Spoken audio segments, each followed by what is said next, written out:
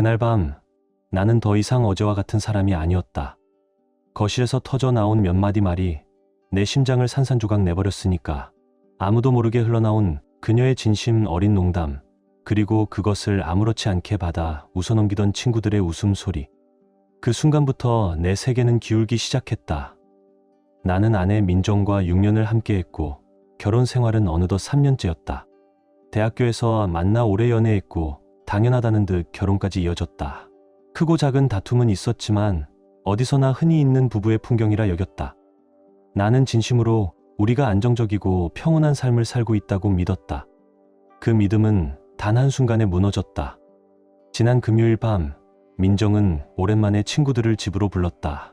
소박한 모임, 평소 같았으면 나는 방해하지 않으려 서재에 틀어박혀 있었을 것이다. 하지만 그날은 달랐다. 주방에 과자를 가지러 나왔다가 우연히 내 이름이 들려왔다. 순간 귀가 멈춰섰다. 근데 진짜로, 민정아, 더 나은 남자가 나타나면 어떡할 거야? 민정의 가장 친한 친구 세미의 농담 섞인 질문이었다. 그저 흔한 여자들끼리의 장난처럼 들릴 수도 있었다. 하지만 민정은 주저하지 않았다. 솔직히 그냥 지훈이 봐. 너무나도 당연하다는 듯 미소를 지으며 내 이름을 입에 올렸다. 순간 몸이 굳어버렸다. 민정은 곧장 덧붙였다. 지훈이도 괜찮긴 하지. 근데 만약 더 추진력 있고 전망 좋은 사람이 나타난다면? 응, 아마 갈아탈 거야.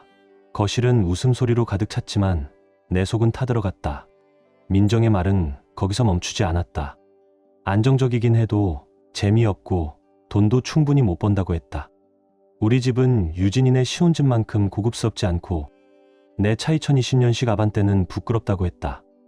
같은 회사에 4년째 머물러 있는 나를 두고 야망이 없다고도 했다. 지훈이는 착하고 안정적이지. 근데 가끔은 욕심 좀 있었으면 좋겠어. 유진이 남편은 또 승진했잖아. 큰 집 얘기까지 하던데. 세미가 맞장구 치며 고개를 끄덕였고 민정은 한숨을 쉬었다. 맞아. 나도 그런 산 누릴 자격 있잖아. 가끔은 생각해. 이게 내 전부인가? 진짜 이게 다야? 그 말을 들으며 내 심장은 무너져 내렸다. 그녀의 친구들은 동조했고 아무도 내 편에 서지 않았다. 내 옷차림은 아빠 같다고, 웃음소리는 너무 크다고 비웃었다. 누군가는 그래도 집안일은 잘한다고 했고 민정은 뭐 나쁘진 않지 라고 덤덤히 대답했다. 마치 내가 집안일이나 해주는 하인쯤 되는 것처럼. 가장 잔인한 건 내가 그녀의 모든 선택을 지지해왔다는 사실이었다. 그녀가 회사를 그만두고 창업하겠다 했을 때 수입 없는 8개월 동안 생활비 전부를 책임진 것도 나였다. 사업을 접고 석사, 과정을 다시 시작하겠다 했을 때 등록금까지 내가 냈다. 그녀가 타는 그 반짝이는 차조차 할부금을 갚는 건 나였다. 그런데 그녀의 말 속에서 나는 그저 하루 종일 게임만 하는 무능한 남편으로 전락해 있었다. 맨날 일만 하잖아. 알긴 아는데 가끔은 좀 더 그랬으면 좋겠어. 그녀의 투정은 내 귓가를 날카롭게 찔렀다. 나는 그 순간 우리가 같은 하늘 아래 살고 있어도 전혀 다른 세계를 보고 있다는 사실을 깨달았다. 그녀는 결국 또 불평을 내뱉었다. 맨날 일만 해. 가끔은 좀 더 그랬으면 좋겠어. 덜하니? 대체 뭘 더? 나는 대꾸조차 하지 않고 간식도 들지 않은 채 서재로 발걸음을 돌렸다. 입안 가득 쓴맛이 퍼져 식욕은 흔적도 없이 사라졌다. 컴퓨터 화면을 멍하니 바라보며 앉아 있었지만 머릿속은 이미 혼란스러운 회오리로 가득했다. 도대체 언제부터였을까? 언제부터 나를 이렇게 평가절하해온 걸까? 혹시 그동안 친구들에게도 늘 이런 이야기를 해온 건 아닐까? 아니면 오늘 밤의 말들이야말로 그녀의 진짜 속마음이었던 걸까? 기억들이 홍수처럼 밀려왔다. 언젠가 무심히 흘리듯 했던 말들. 누구는 좋은 회사 다니던데. 그 집 진짜 고급스럽더라. 차가 너무 예쁘던데. 나는 그저 큰 꿈을 꾸는 사람이라고 넘겨버렸지만 사실은 늘 나를 향해 넌 부족해라고 말하고 있었던 거다. 그때 깨달았다. 나는 너무 늦게 눈치챈 걸지도 모른다. 하지만 사랑하는 사람을 그렇게까지 의심하고 싶진 않았으니까. 그럼에도 불구하고 오늘 밤 직접 들은 말들은 내 뼛속 깊이 파고들었다. 그동안 내가 그녀를 위해 했던 모든 희생, 웃게 해주려고 애쓴 노력, 그 모든 게 의미를 잃어버린 듯 했다. 나는 그저 더 나은 남자가 나타나기 전까지 잠시 머물러 있는 임시방편에 불과했던 걸까? 친구들이 돌아간 뒤에도 1시간 가까이 멍하니 앉아 있었다. 머릿속에 아까의 대화만 수없이 되감았다. 그리고 자정 무렵 결국 침실 문 앞에 섰다.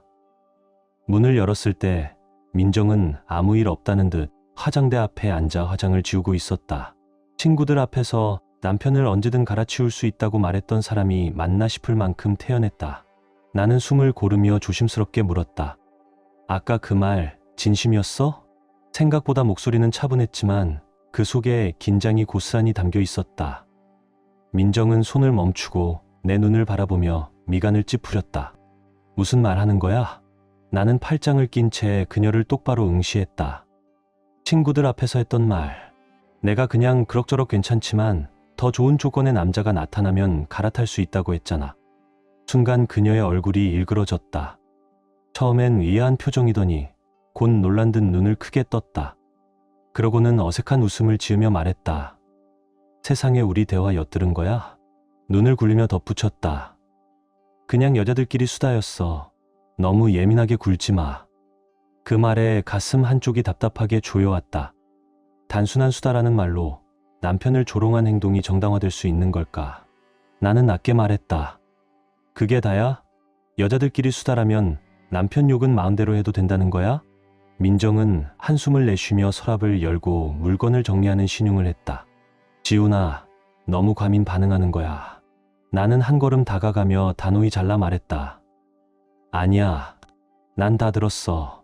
내 일, 내 차, 내가 야망 없다는 말까지. 그건 장난처럼 들리지 않았어, 민정아. 그녀는 돌아서서 두 팔을 꼬아 안고 차갑게 날 노려봤다. 남의 대화를 엿들었으면 당연히 듣기 싫은 얘기도 듣게 되는 거지. 나는 씁쓸한 웃음을 흘리며 대꾸했다. 그래서 지금 내가 잘못한 거야? 내가 날 그렇게 욕하는 걸 들은 내가 잘못이라고? 민정은 짜증 섞인 듯 관자놀이를 눌렀다. 진짜 왜 이렇게 유난을 떨어? 여자들끼리 모이면 다 그런 얘기해. 그냥 장난이었어. 나는 천천히 고개를 저었다. 아니야, 그건 농담이 아니었어. 친구들 앞에서 남편을 아무렇지도 않게 갈아치우겠다고 말해놓고 그걸 웃으며 넘기는 게 진짜 농담이라고 생각해. 민정은 비웃듯 코웃음을 치며 날카롭게 내뱉었다. 진지한 얘기가 아니었잖아. 나는 날카롭게 숨을 내쉬며 침착함을 유지하려 애썼다. 그러나 이미 균열은 깊게 번져 있었다. 그럼 제대로 대답해. 너 정말 나랑 함께 있고 싶은 거야? 아니면 더 나은 사람 나타날 때까지만 편해서 같이 있는 거야? 내 입에서 흘러나온 말이 방 안의 공기를 단숨에 얼어붙게 만들었다. 민정의 얼굴은 순간 굳어버렸다. 입술은 단단히 다물렸고 눈빛은 마치 불꽃처럼 번쩍였다. 그리고 이내 스위치를 켠 듯 눈가에 눈물이 맺히기 시작했다. 그런 말까지 하다니 믿을 수가 없어. 민정의 목소리는 떨렸고 숨조차 제대로 쉬지 못하는 듯했다. 너 지금 너무 불안정해. 나는 이를 악물며 답했다. 그게 불안정한 게 아니야. 내가 직접 그런 말을 했잖아. 내 귀로 다 들었다고. 그녀의 입술이 떨렸지만 나는 흔들리지 않았다. 그리고 마침내 속내가 흘러나왔다. 아마 그래서 내가 가끔 답답함을 느끼는 걸지도 몰라. 답답함. 그 단어가 내 뱃속을 주먹처럼 세게 때렸다. 답답하다고? 나는 낮게 되뇌며 더 무겁게 말했다. 생각해봐. 내가 창업한다고 했을 때 내가 생활비 다 감당했고 다시 공부한다 했을 때 등록금도 내가 냈어. 내 차까지 내가 산 거잖아. 민정은 눈물을 닦으며 벌컥 소리쳤다. 아, 이제 와서 다 계산하는 거야? 진짜 너답다, 지훈아. 웃기지도 않네. 나는 고개를 저으며 말했다. 내가 불만이라는 집, 돈, 생활 수준 그걸 책임지는 건 나야. 그걸 알기나 해? 민정은 머리를 감싸며 고함을 질렀다. 봐. 그래서 내가 친구들한테 말한 거라니까. 넌 내 감정을 이해하려 하지도 않고 그냥 돈으로만 해결하려고 해. 나는 낮게, 단호하게 말했다. 내가 늘 말했잖아. 더 많은 돈, 더 큰 집, 더 좋은 차. 내게 중요한 건 조건뿐이야. 민정은 팔짱을 끼고 고개를 돌렸다. 표정엔 싸늘한 냉기가 돌았다. 그 뒤로도 1시간 넘게 같은 말만 반복됐다. 내가 증거를 꺼내면 그녀는 내가 오해한 거야. 그건 내 탓이야라며 책임을 떠넘겼다. 때로는 울며 내가 몰아붙였다고 왜곡했고 전혀 상관없는 주제로 화제를 돌리기도 했다. 진실을 마주할 의지는 전혀 없어 보였다. 결국 그녀는 손을 번쩍 들어 올리며 말했다. 됐어. 내가 미안하다고 하면 될 거 아니야? 미안하다. 됐지. 그리고는 베개를 3개 내리치며 툭 던졌다. 이제 좀 자도 돼? 마치 그렇게 말하면 모든 게 정리되는 양, 방금 전 친구들 앞에서 더 나은 사람을 기다린다고 했던 말이 아무 일도 아닌 것처럼 행동했다. 나는 대꾸하지 않았다. 그저 조용히 등을 돌리고 방을 나왔다. 거실 옆 작은 방에서 홀로 몸을 눕혔다. 새벽 2시 휴대폰에 도착한 메시지가 눈을 찔렀다. 민정이었다. 기분 진짜 엉망이야. 고마워. 이렇게 우리 밤 다 망쳐줘서. 나는 그 문자를 몇 번이고 읽었다. 하지만 답장은 끝내 하지 않았다. 보내는 게 무슨 의미가 있겠는가. 나는 답장을 하지 않았다. 보내는 게 무슨 의미가 있겠는가. 민정은 내가 왜 화가 났는지 알지 못하거나 알면서도 애써 무시하는 것 같았다. 다음 날 아침 그녀는 언제나처럼 평범하게 굴었다. 커피를 내리고 저녁 메뉴를 묻고 콧노래까지 흥얼거렸다. 그러나 눈에 띄게 휴대폰을 자주 확인했다. 나는 괜히 예민한 걸까 싶었지만 머릿속에는 전날 밤의 대화가 떠나지 않았다. 혹시 지금도 갈아탈 대상을 찾고 있는 건 아닐까?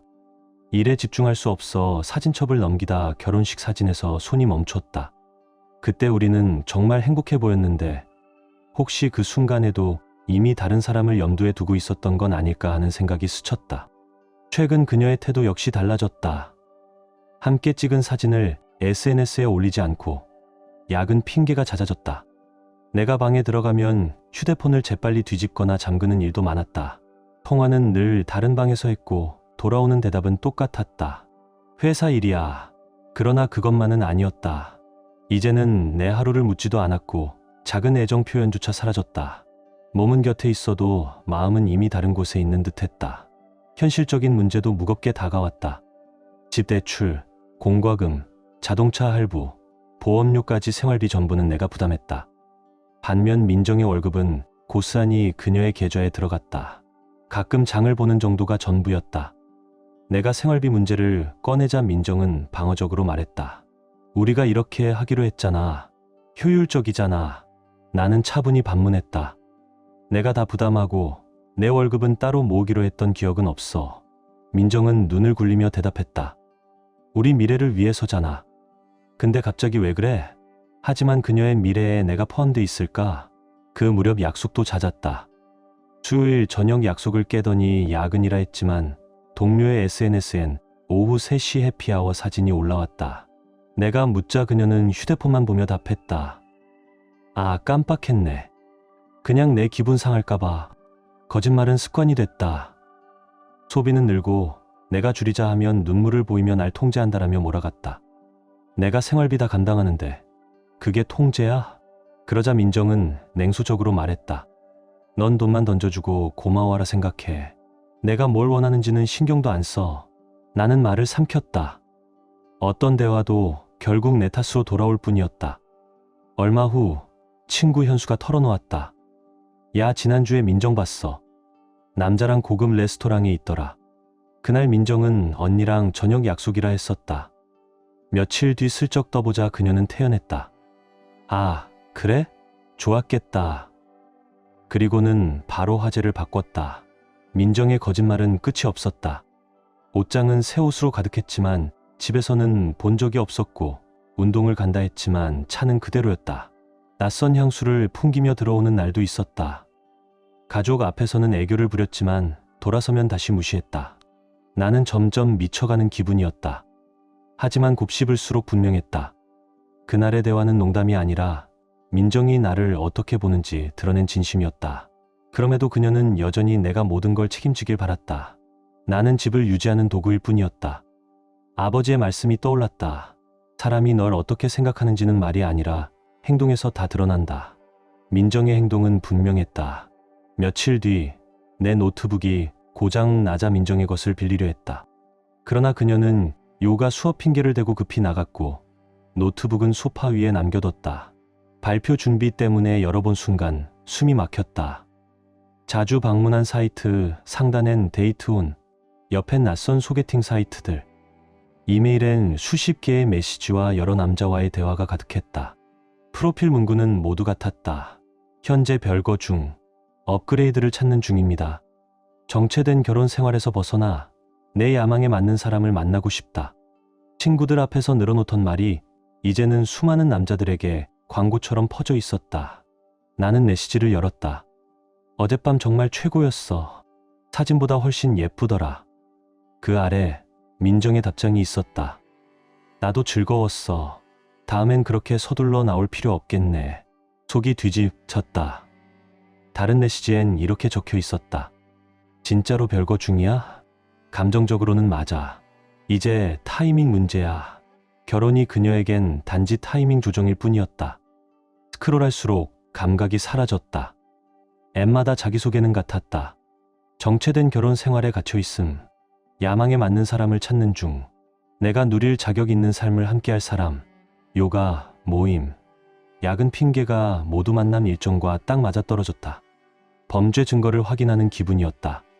결정적인 메시지가 눈에 들어왔다. 아직도 너의 향이 내 몸에 남아있어. 나는 노트북을 밀치고 바닥에 주저앉았다. 울렁거림을 억누르며 허공을 바라봤다. 결국 손이 움직여 핸드폰을 꺼냈다. 그녀는 분명 부정할 테니 증거를 남겨야 했다. 메시지, 프로필, 일정표 모두 사진으로 찍었다. 그러다 끔찍한 폴더 하나, 새로운 인생 설계, 그 안엔 고급 주택 사진, 외제차 이미지, 예산표가 들어있었다. 금액은 내 연봉을 훌쩍 넘었다. 메모에는 원하는 남자의 조건이 정리돼 있었다. 연봉, 차종, 거주지 마치 장보기 목록처럼 차기 남편을 고르고 있었다. 더한 건 이혼 계획이었다. 변호사 정보, 위자료, 자산 분할 방법까지 세세히 조사해 두고 있었다. 그날 밤 발표를 마치긴 했지만 어떻게 끝냈는지는 기억조차 없었다. 나는 모든 걸 원래대로 돌려놓았다. 집에 들어온 민정을 그저 조용히 바라보기만 했다. 수업 어땠어? 나는 최대한 침착하게 물었다. 민정은 미소 지으며 태연하게 답했다. 너무 좋았어. 대체 강사님이 와서 오늘은 진짜 힘들더라. 벌써 근육통 오는 것 같아. 하지만 나는 알고 있었다. 그녀가 요가에 간 적 없다는 걸. 최근 그녀는 현석이라는 남자와 자주 카페에서 만났다. 나는 모든 걸 알면서도 모른 척해야 했다. 그녀가 잠깐 나갔다 올게라며 핑계를 댈 때마다 머릿속엔 내가 본 내시들과 그녀의 계획이 떠올랐다. 더 황당한 건 그녀가 남자들에게 난 바람 안 펴요. 괜찮은 사람 만나기 전까진 안 떠나요라 말하고 있었다는 점이다. 현실은 정반대였다. 내 돈으로 살면서도 이미 대체자를 찾고 있었다. 나는 즉시 맞서지 않고 준비하기로 했다. 정민우 변호사를 찾아가 증거들을 보여주었고 그는 새로운 인생 설계 폴더가 오히려 유리하다고 했다. 그녀가 오랫동안 이혼을 계획했다는 증거였으니까. 우린 재정부터 정리했다. 새 계좌를 만들고 월급을 그리로 돌렸다. 공동 계좌엔 생활비만 남겼다. 일주일 후 민정이 눈치챘다. 자기야, 이번 월급 들어왔어. 공동 계좌가 좀 비어있던데. 나는 어깨를 으쓱하며 답했다. 요즘 야근 수당도 줄고 해서 예산 좀 조정했어. 민정은 얼굴을 찌푸렸다. 나도 쓸 돈 있어야 하는데. 나는 가볍게 웃었다. 요즘 살기 힘들잖아. 더 많은 돈을 원하던 그녀가 정작 접근이 줄자 불편해하는 모습은 우스꽝스러웠다. 동시에 나는 그녀의 거짓말과 소비, 외출 일정을 모두 기록해두기 시작했다. 정 변호사는 이 자료들이 법정에서 행동 패턴을 증명해 줄 거라 했다. 그리고 나는 서서히 손을 떼기 시작했다.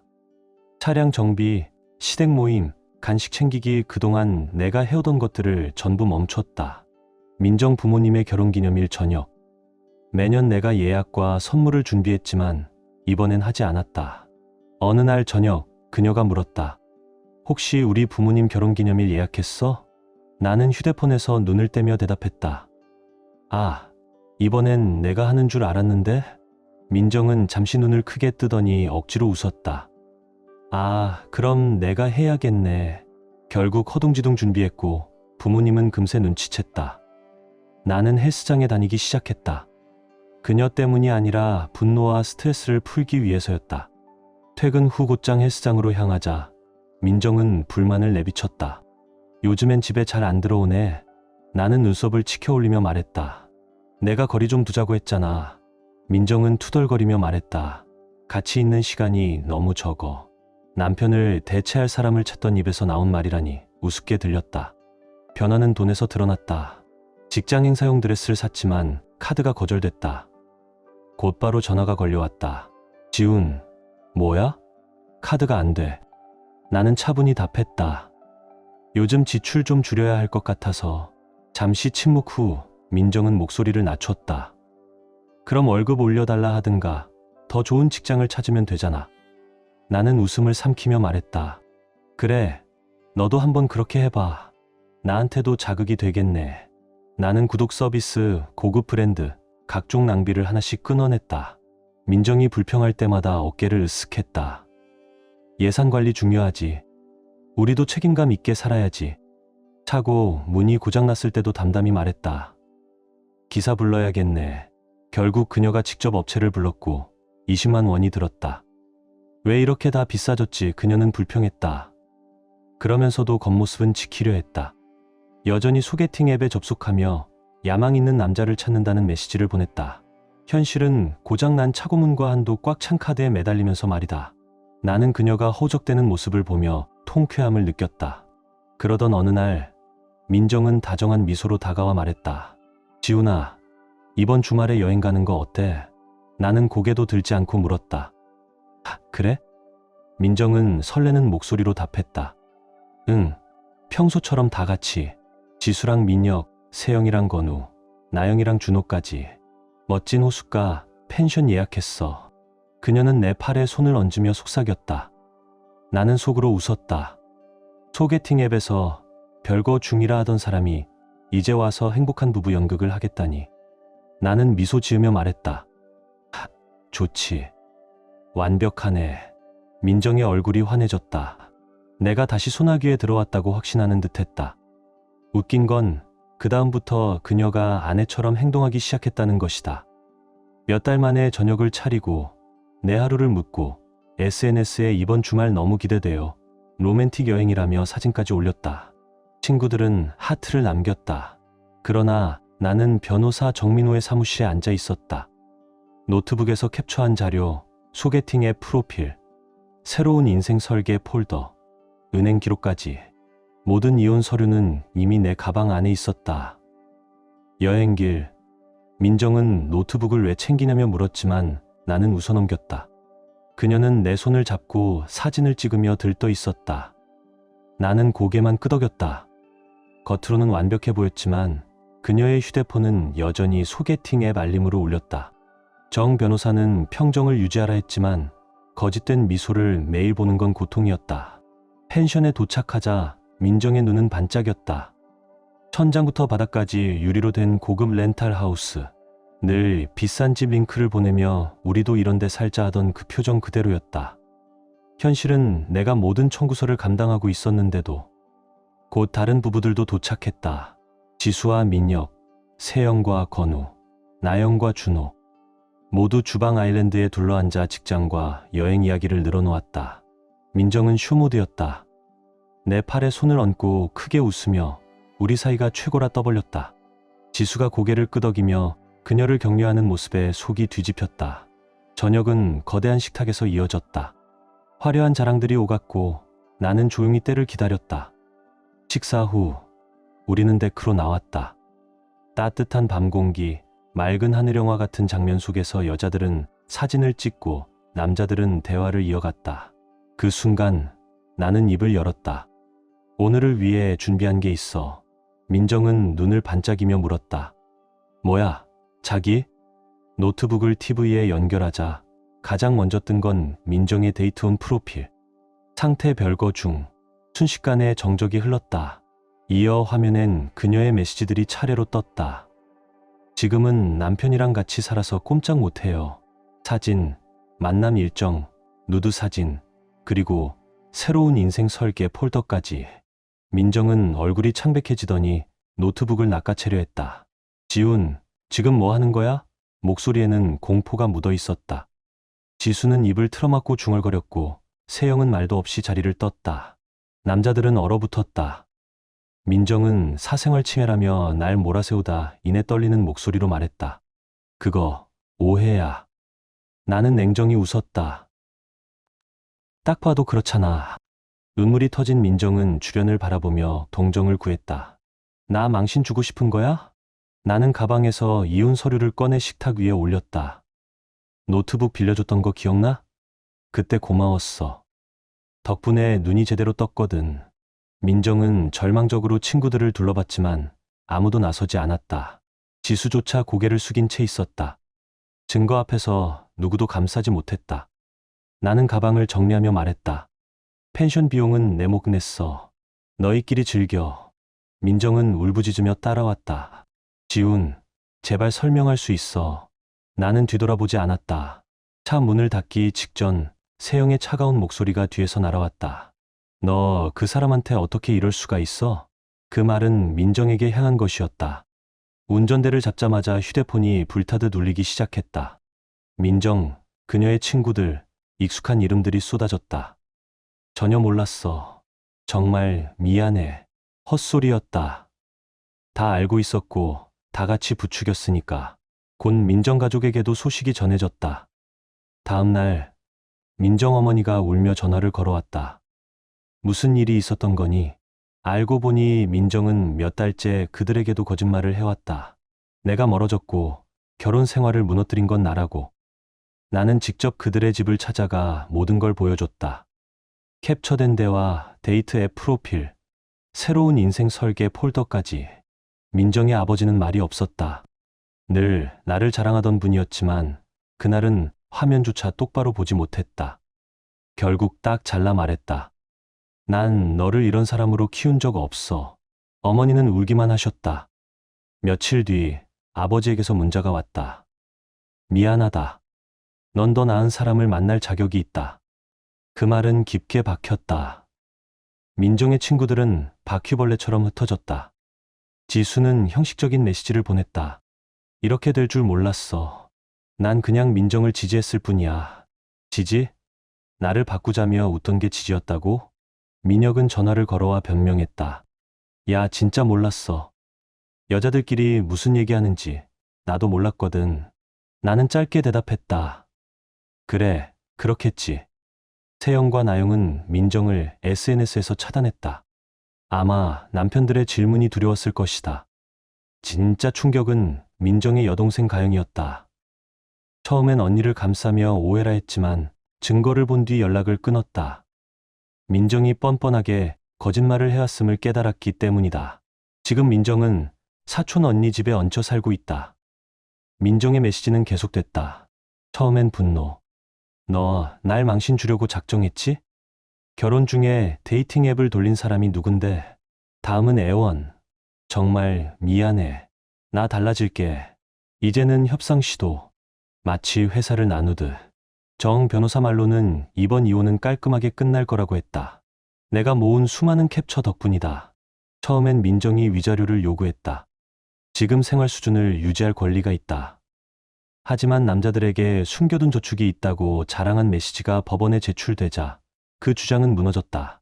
가끔은 사랑 때문에 모든 신호를 외면한다. 하지만 진실은 언젠가 드러난다. 그 순간 비로소 자신을 지키는 법을 배우게 된다. 이 이야기는 배신과 복수의 얘기 같지만 결국 자존감을 되찾은 한 사람의 이야기다. 나쁜 사람을 붙잡는 대신 좋은 사람을 마주할 용기. 그것이 진짜 회복이다.